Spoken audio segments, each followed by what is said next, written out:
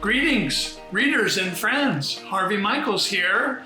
I'm thrilled to welcome you to our adventure into Danshui President Plunge, Book 1, Evacuate or Pay.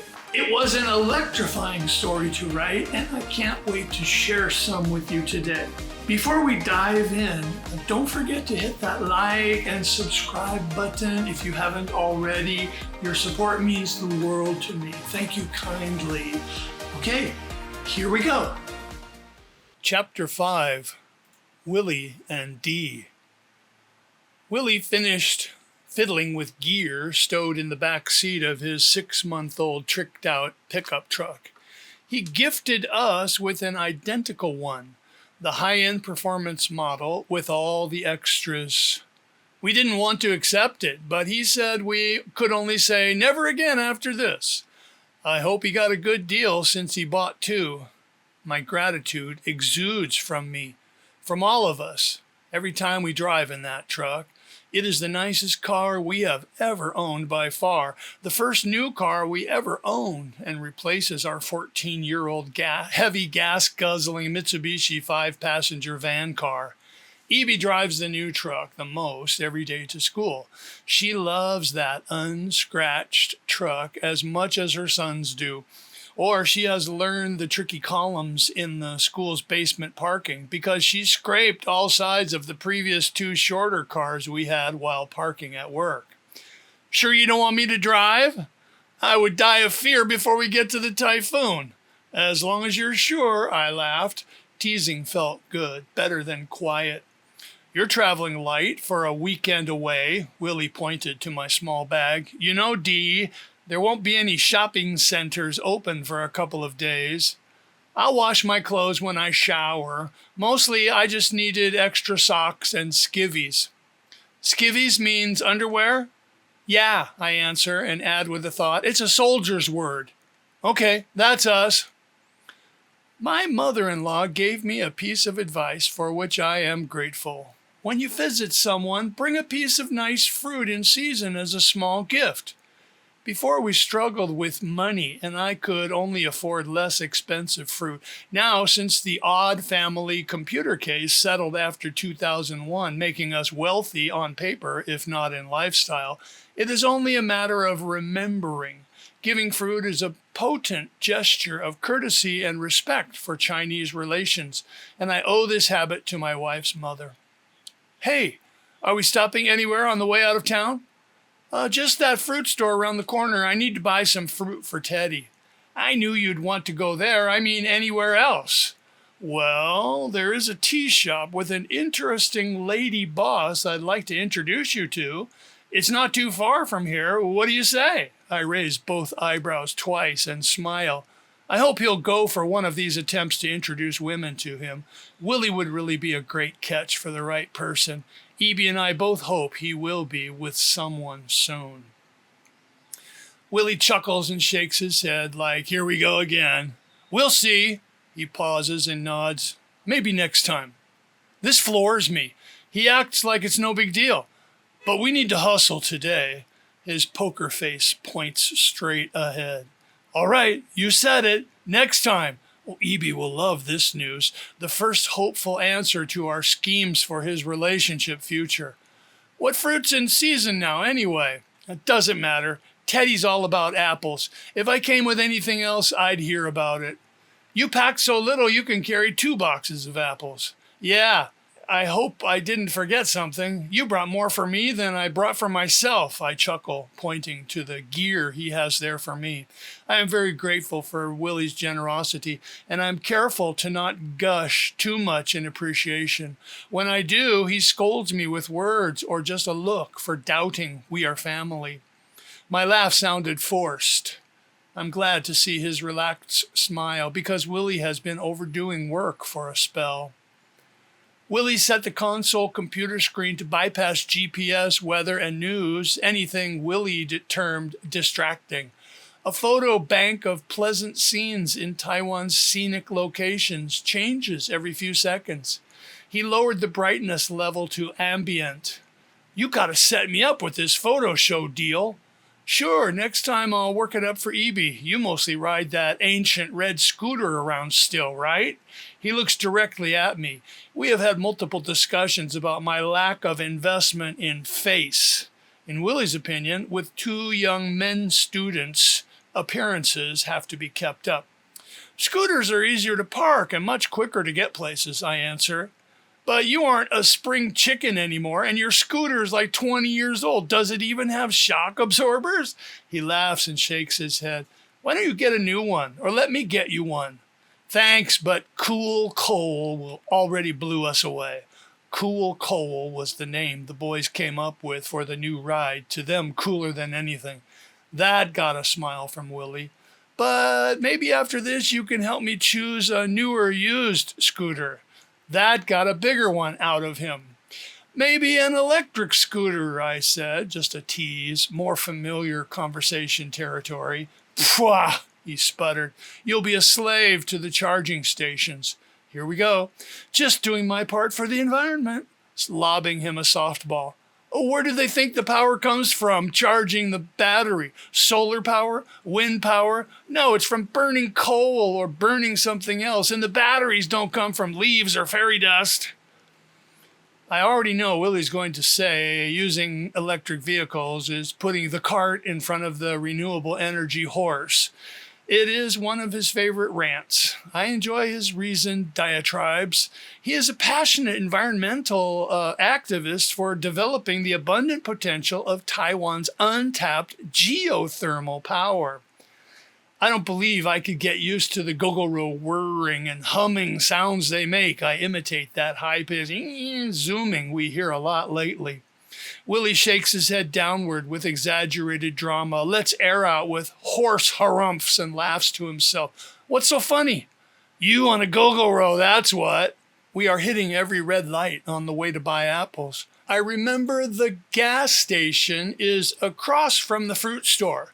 We got enough gas? I asked, to break the just then slightly awkward silence.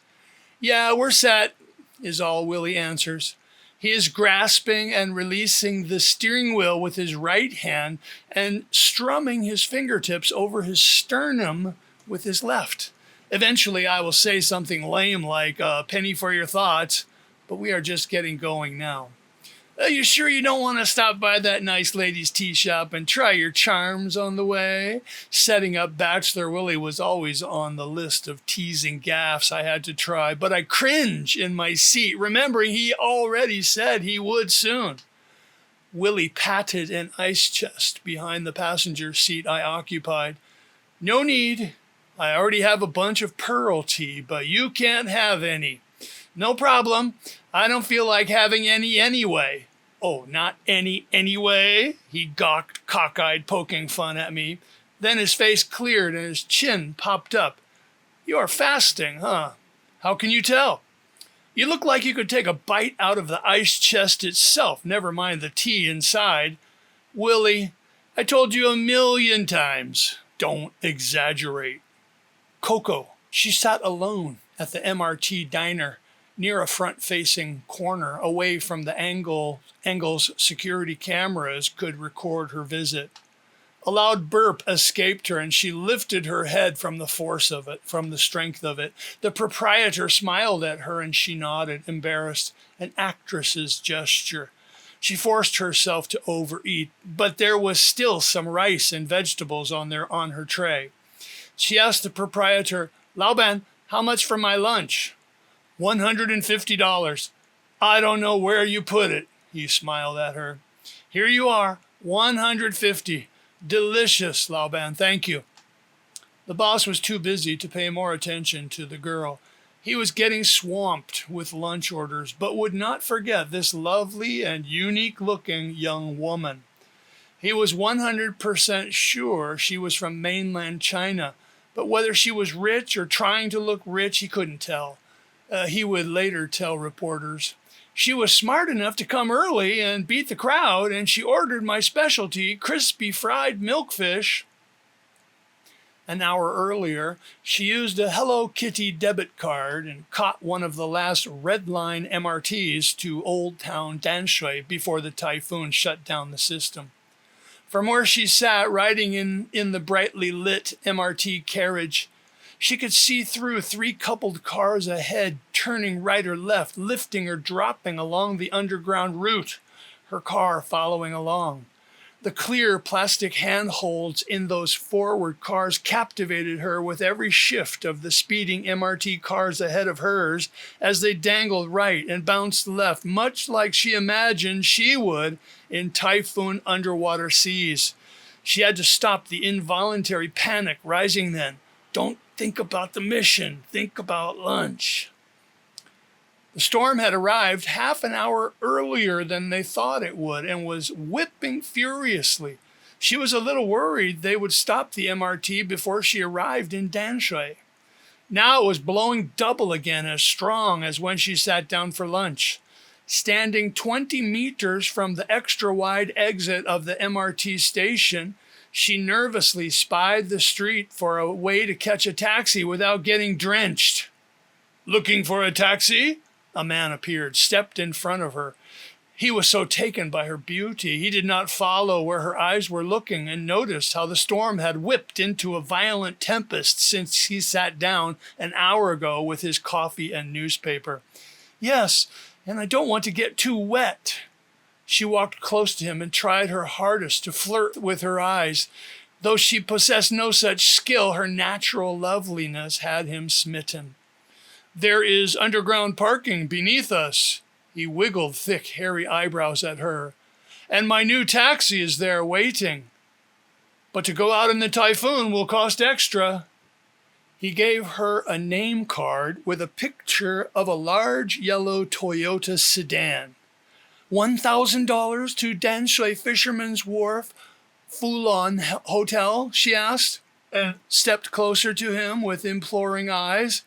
Startled from gawking at her beauty, he now gawked at her offer, over 5 times the metered rate.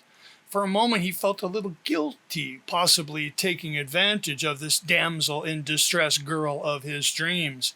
Before he could say anything, she blurted out, 2,000, but we have to leave in a minute. First, I need to use the ladies' room. Do we have a deal? She dazzled him with a smile. He nodded and grinned sheepishly at her. "Sure. I'll wait for you here then?" He worried he was sounding as much of an idiot as he imagined he sounded. She took out $1,000 and handed it to him with another of those smiles. "I'll give you half now. Don't leave without me." She turned toward a sign for restrooms and started walking in that direction, looking for a public phone. "I'm in place. My ride is secured. I'm at Danshui MRT station." "It's 12:31 now. Synchronize your watch. Enter the lobby just after 12:50 and be ready at the back door of the banquet room set up on the 2nd floor. Watch for him to look for you at 12:55. Are you clear?" The commanding voice chilled her. "I am clear. Everything is right." She forced herself to not think through what she said. "Make final preparations now. Do it like we drilled." In the ladies' room, she found a dry countertop and took out a fully charged large smartphone from her handbag and a necklaced security pass for the banquet she was about to crash. Then she went to the bathroom stall marked for disabled people and carefully took off her blouse, undershirt, and pants. She put on rose-colored lip balm and then began zipping up the legs, arms, back, sides, and front of the wetsuit. She put the clothes back on, hung the security pass over her neck, grabbed the bag, checked her watch, and turned to leave. As a second thought, she stopped and looked in the mirror and was relieved she didn't have to touch up the white makeup. She tugged the wig down, more to steady herself than her hair. "Time to get ugly and make history," she mentally quoted her commander. The taxi driver's face betrayed his fright before he even opened his mouth.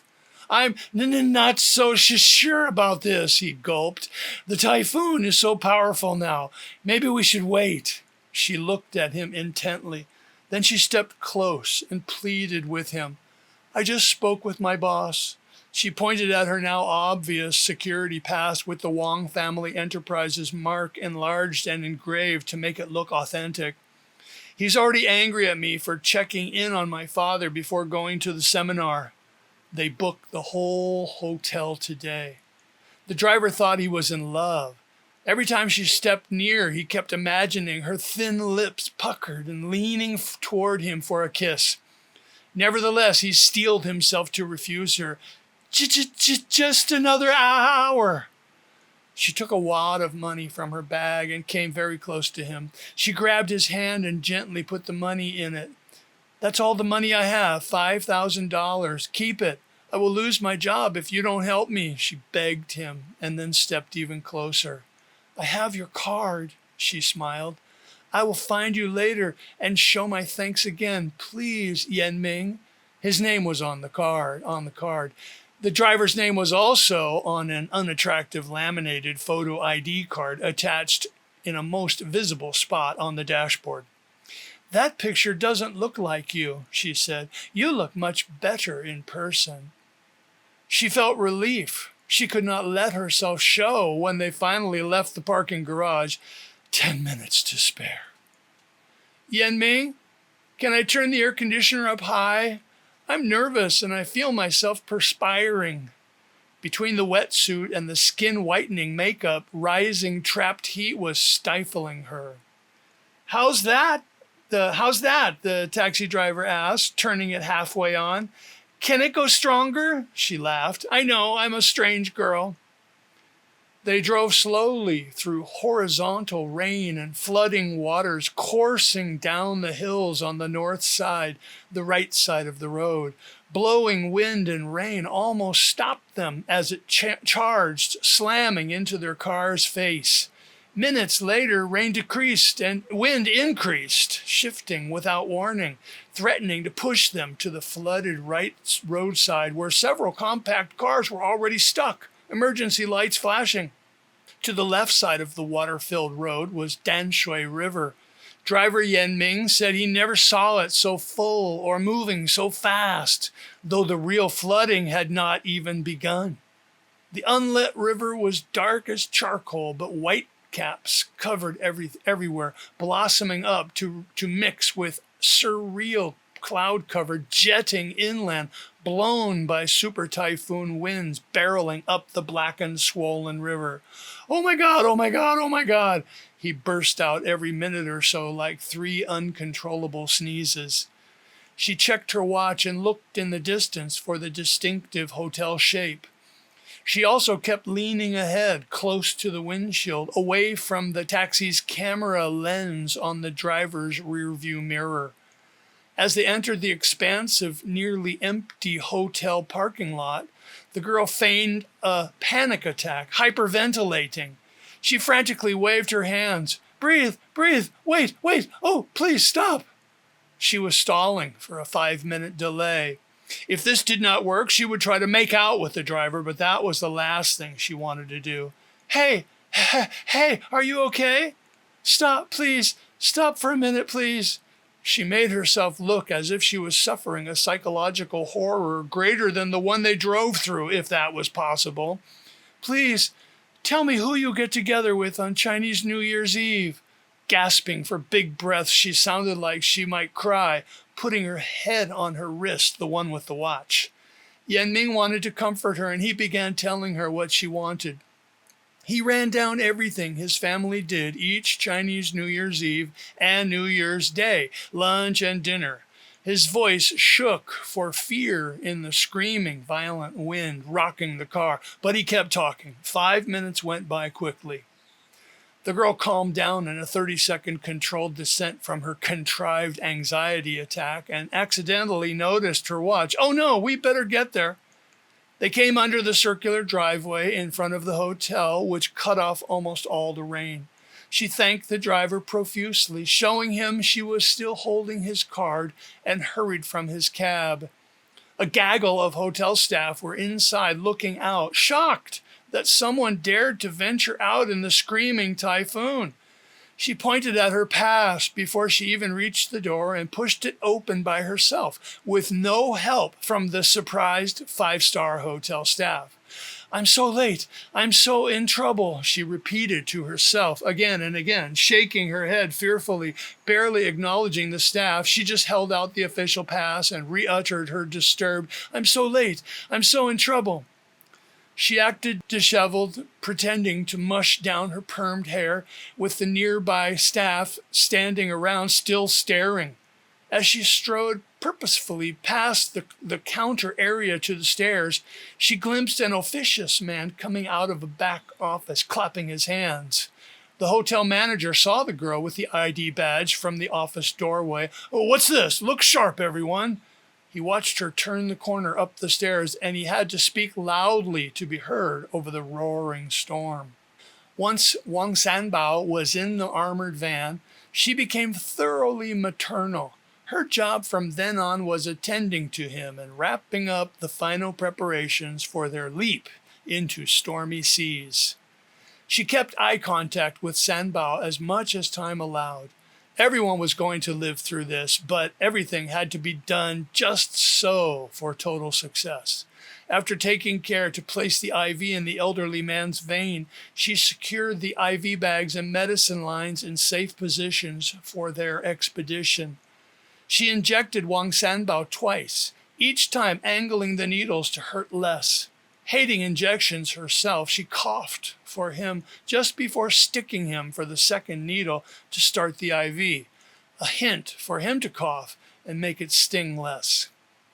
Preparations completed, she took out the smartphone from her bag and called the third number of 3 numbers on the phone's contact list, putting it on speaker. It was answered on the first ring. She spoke loudly from behind her mask. "In position, ready to begin." "Copy, ready to begin," said the voice that calms her. She sized up the 2 men in front. The driver and the bodyguard looked to be in good health, and she thought it perfectly reasonable that they could swim back with the storm blowing toward the shore. When her co-conspirator shot them, she was devastated by the violent betrayal of the mission parameters they led her to believe. She could tell he considered shooting her too. Though trained in martial arts for many years, she knew her limits, and they included defeating bullets. The chilly, roiling water and the mission training shock her back to the moment. She quickly releases the latch on her seatbelt and then more latches around the bottom chassis holding Sanbao's stretcher. She frees the lever to pivot the chassis up so that the swivel can turn the chassis outside. Then she goes to work on the DPV to free their underwater ride. She unlatches the base clamps and switches the DPV power over to manual the last time she touches the controls on the DPV itself. Then she glances toward the lever at the base of the DPV, which almost touches the left side of the van. The lever an arm's length in front of Hunter in the stretch van will lift the DPV's rear, and then it will slide in a semi-slow, semi-controlled fashion out of the van. There is no turning back now, not that there ever was. She unlatches the stretcher chassis, freeing it to turn on the ready plastic disc. She switches on the DPV's light and jet motor systems with bypass controls built into the stretcher chassis. The lights are on low. The DPV is ready to go to work. The door was held partially open before they flew off the ramp, held in place with 3 rubber bumpers calculated to grab the van door and keep the door from jamming shut, possibly trapping them among her greatest fears. She had shoved them on above and below the sliding door latch as she got in the van, hoping the design would work. To her great relief, the 2-way suction cups held fast. The van door opened partway when the van launched up off the ramp and then slammed, knocking one of the bumpers off, but they worked. The door didn't jam shut. She pulls the van door all the way open now, and water floods into the steadily sinking van. An outdoor screaming wind sound joins the inside screaming in pain coming from the man in black, which she knew she must ignore. As was drilled into her, she never looks at him once the van hit the water. She bends over now, even more than she already was. Wind-sprayed wave tops splash up, striking her face mask. It is gusting furiously, like an animated thing trying to blow the van over on its side in the water. Springing from the right side after opening the door to the left side, she levers the DPV rear up, initiating its gradual exit in 8 lurches. The long slide on bare ball bearings is controlled to a slow pace with a crude but effective rubber braking edges along the DPV chassis. The torpedo-shaped ride was freed first so it could lead them out the door. As it slides off the chassis and out the door, it seamlessly couples with the stretcher chassis by design. The stretcher chassis turns on the plastic disc underneath and follows obediently, a train car behind the locomotive. The girl glances up once quickly, eyes open wide. She forces herself to fight down a natural reflexive fear of drowning. Taking an unnecessary deep breath, she turns her head and her vision down underwater under all the blowing storms. Talking Heads News Show. Today is a very slow afternoon on the call-in show where the station manager scheduled a 2-person panel of experts who are now discussing the preparations or lack of preparations for the bizarrely eventful 2016 typhoon season. Lately, the show added some catchy music and graphics to keep people from switching channels. Probably many who tuned in did so accidentally, since peer reviews allege these talk show programs with low ratings are boring. For the duration of this show, the so-called experts are representatives of the 2 political parties as much or more than they are experts on typhoon preparations. On these programs, argumentative, divisive party politics overflowing onto other subjects is not unusual. More often than not, the panel discussions devolve into political partisanship, blame attacking. Today's opening arguments and dirty looks are mild compared to some program days. Everyone except the handsomely dressed host feels put out, appearing in the studio for this live Super Typhoon Noru-themed show. The relaxed host has makeup and hair coiffed for vanity rather than necessity. Taiwan has a modern culture soft spot for these shows, a regular following, but the general trend has been away from call-in shows. The host has no choice. His modest contract will keep him where he is for the next 13 months. A single light ignites on the switchboard next to the host's arm. We'll wait for more callers. Both panelists make long, mocking faces at the host, inferring he is not doing his job. The host hides his flaring anger with a pleasant chuckle. I know from caller ID that this is Ahua from Taiping Mountain, undoubtedly with more cocktail recipes, today probably typhoon-themed drinks. He laughs as he checks his notes. Then the host looks into the camera with a smile, as if speaking to the caller. But it is not for Ahua. The host is smiling for the storm he will now unleash on his panel as vengeance for their on-air expressive slight of his job performance. We'll get to you in a few minutes, Ahua. Then he punishes the panel's recalcitrants, tossing a hornet's nest at them. Let's talk about the disastrous and deadly Taipei typhoon flood of 2001. Surely we can agree enormous improvements have come since then. First, the opposition party representative expert gasps out an opening word to attack the political party in charge back then. It's important to be clear who is responsible, who is the rotten one to blame. That's you. That's all you do. It's always the same ancient history. The ruling party representative hurries to shift blame from the president back then. We should commend the president then for the improvements he made to the systems the prior administration left him. Hands, neckties, and tempers are flying around like the broken branches and debris flying around Taipei. The host stands clear, giving the storm in the studio time to die down some before venturing into it, the same as any sane person would avoid going into the hellish storm outside. He looks on, alternatively squinting, nodding, grunting, and most of all straining himself to keep the satisfied smile off his face.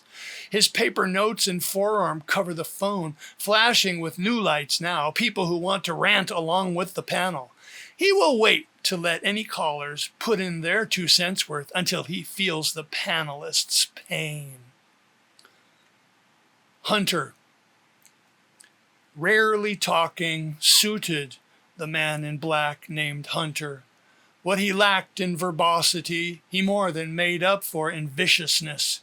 He was more than willing to hurt, to kill. His savage and sadistic ways were legendary to the few who knew. He was on edge, obsessed with both men in the front seat. They were smarter than he was, and that triggered his ire. He spent little time with outsiders except on missions such as this, and there had never been a mission anything like this one. Besides the intelligence of the president's security detail, the bodyguard looked like he knew the drill, like he'd been around. No doubt the man called James could fight and might defend to the death.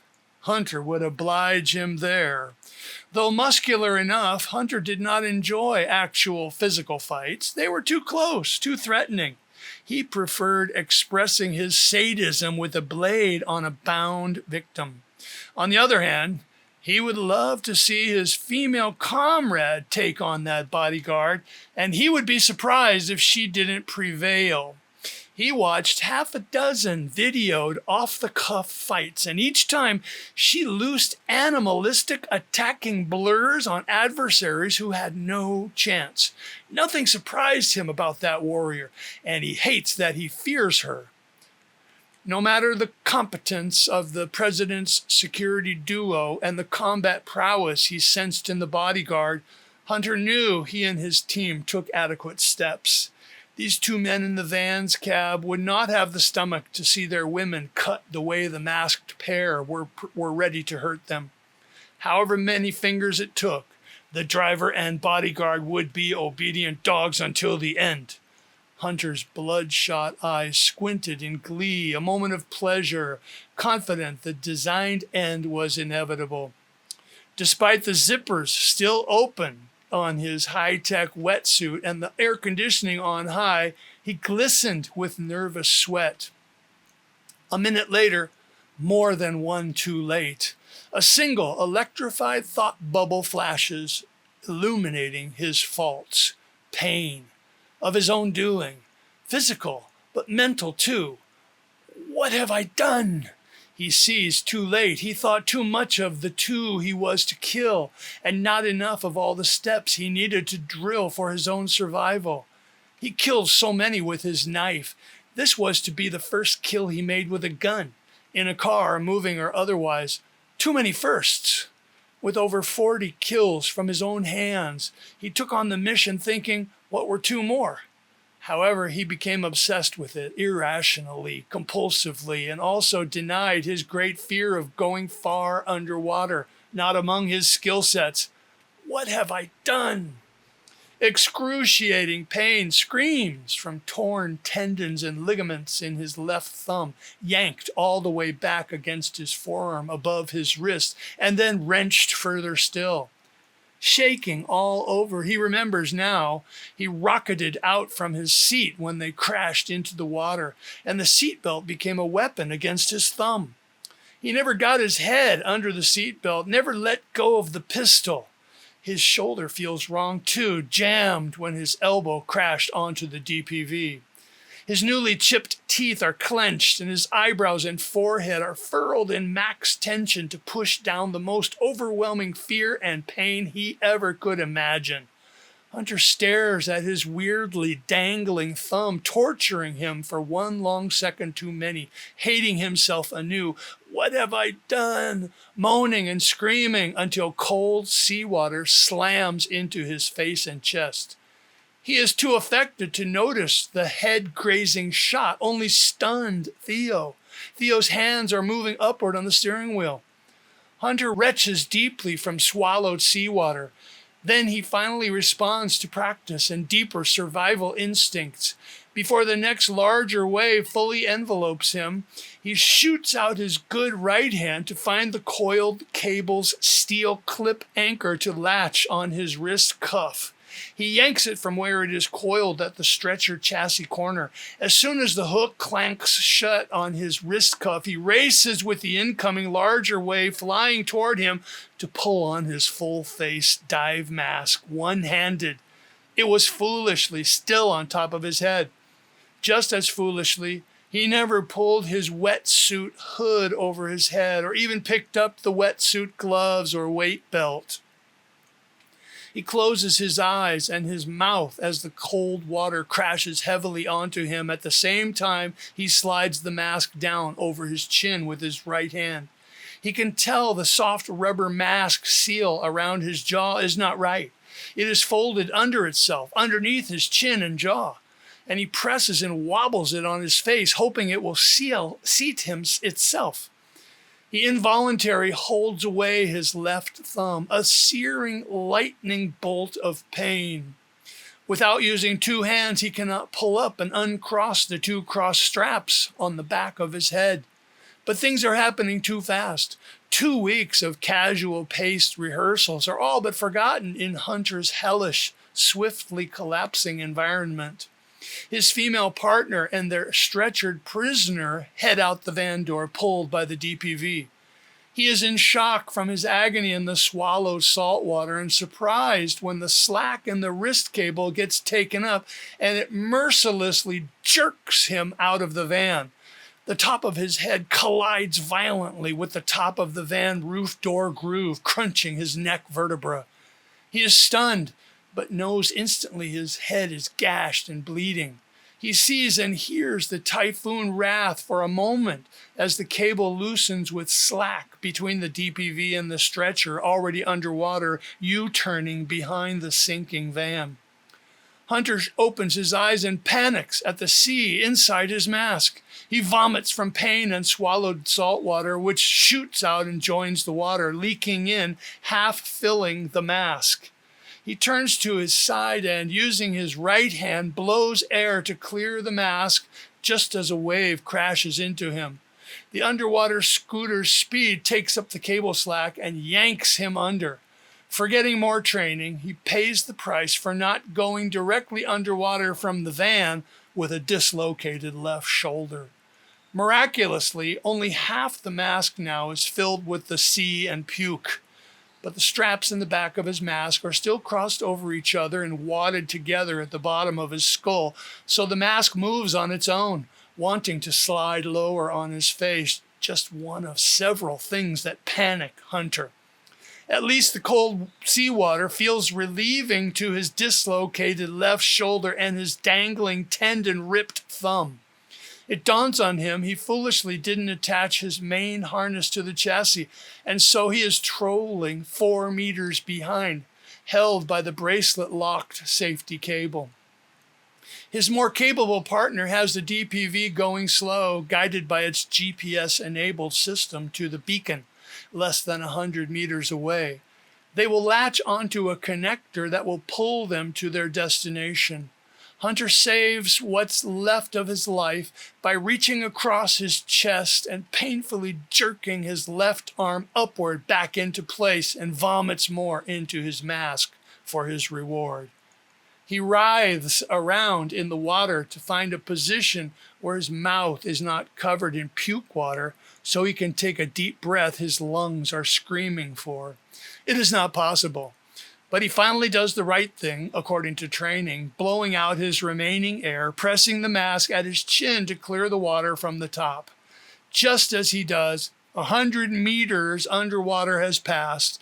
The connection is made at the front of the DPV, and his female partner cuts the thick nylon rope holding the connector to its mooring.